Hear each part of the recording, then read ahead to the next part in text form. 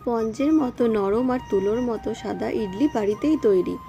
আজ রাসোইসের লাইফ তাক বানাবো একদম দোকানের মতো সুপার সফট ইডলি। দেখুন কত সুন্দর স্পঞ্জি হয়েছে। প্রথমে একটা পাত্রে 3 গ্লাস চাল, 1 গ্লাস বিউলির ডাল আর 1 চামচ মেথি দানা হাত দিয়ে ভালো করে মিশিয়ে জল দিয়ে 3 থেকে 4 বার ধুয়ে নিন। এবার এটিকে 5-6 ঘন্টার জন্য ভিজিয়ে রাখুন। ভিজে গেলে সামান্য জল দিয়ে মসৃণ করে বেটে নিন এবং সারা রাত ঢাকা দিয়ে রাখুন। দেখুন সকালে ব্যাটারটা কত সুন্দর ফুলে উঠেছে। এবার এতে সামান্য নুন মিশিয়ে এরপর ইডলি স্ট্যান্ডে অল্প তেল মাখিয়ে ব্যাটারটা ঢেলে দিন।